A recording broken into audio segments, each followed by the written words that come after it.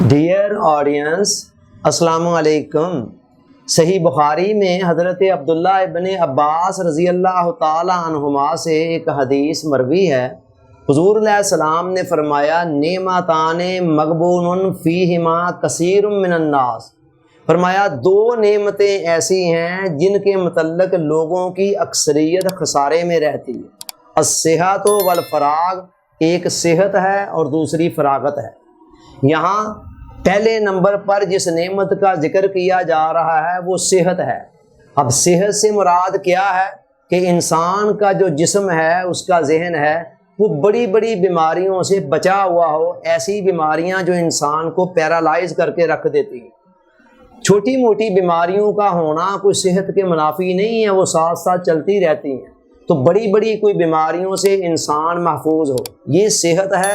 اور یہ اتنی بڑی دولت ہے اور اتنی بڑی نعمت ہے کہ دنیا سے لے کر آخرت تک کی تمام کامیابیوں کے اندر یہ بنیادی کردار ادا کرتی ہے۔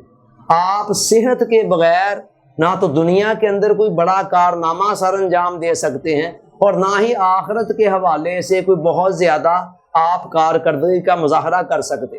اب دیکھیں نا، اگر آپ کی صحت کے اندر کوئی مسئلے مسائل ہیں شدید قسم کے، تو آپ بزنس کیسے کریں گے، کیا کریں گے، آپ جاب کیسے کریں گے، ایون آپ عبادت کیسے کریں گے۔ اس لیے پہلی نعمت جس کو حضور علیہ السلام نے مینشن کیا یہاں، وہ صحت ہے، اور دوسری نعمت فراغت ہے۔ فراغت کا مطلب ہے انسان کے پاس فرصت کے لمحات کا ہونا، یعنی وہ کاروبار میں یا معاشی مسائل کے اندر اتنا زیادہ نہ پھنسا ہوا ہو کہ اس کے پاس سر کھجانے کا بھی وقت نہ ہو اور کوئی سوچ بچار کا وقت نہ ہو۔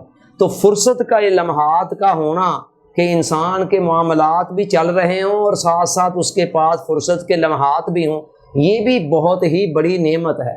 اب انسان کے اندر جو فطری کمزوریاں پائی جاتی ہیں، ان میں سے ایک یہ ہے کہ جو کچھ انسان کے پاس ہوتا ہے نا، اس کا وہ عادی ہو جاتا ہے، یوز ٹو ہو جاتا ہے، لہذا اس کی نگاہوں کے اندر اس کی کوئی خاص قدر و قیمت نہیں رہ جاتی، چنانچہ وہ اس نعمت کی ناقدری کرتا رہتا ہے، یہاں تک کہ جب وہ اس سے چھنتی ہے پھر اسے یاد آتا ہے کہ وہ کتنی قیمتی اور انمول نعمت تھی، تو میں اس کی قدر نہ کر سکا۔ یہی معاملہ ان دونوں نعمتوں کے ضمن میں بھی ہوتا ہے۔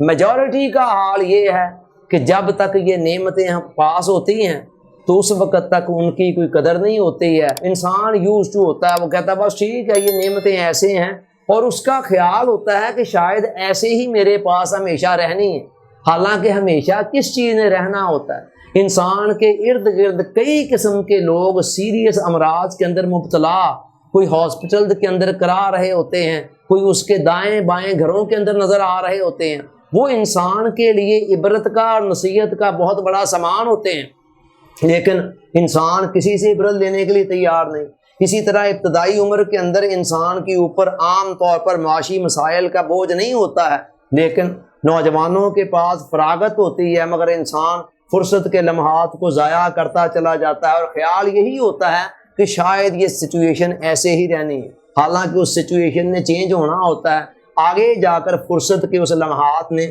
اس مہلت کے لمحات نے ختم ہونا ہوتا ہے، مگر انسان اس پر توجہ نہیں کرتا۔ چنانچہ ہوتا کیا ہے، زندگی ضائع ہوتی چلی جاتی ہے، فرصت کے لمحات ضائع ہو جاتے ہیں، صحت جب چلی جاتی ہے پھر انسان پچھتاتا ہے اور وہ سوچتا ہے کہ کاش میں نے وقت پر قدر کر لی ہوتی، لیکن اس وقت کا پچھتاوا کسی کام نہیں آتا ہے۔ واصف صاحب فرماتے ہیں کہ غافل کی آنکھ اس وقت کھلتی ہے جب وہ بند ہونے کے قریب ہوتی ہے، مگر اس وقت آنکھ کا کھلنا آپ خود سوچیں کہ انسان کو کیا فائدہ دے سکتا ہے۔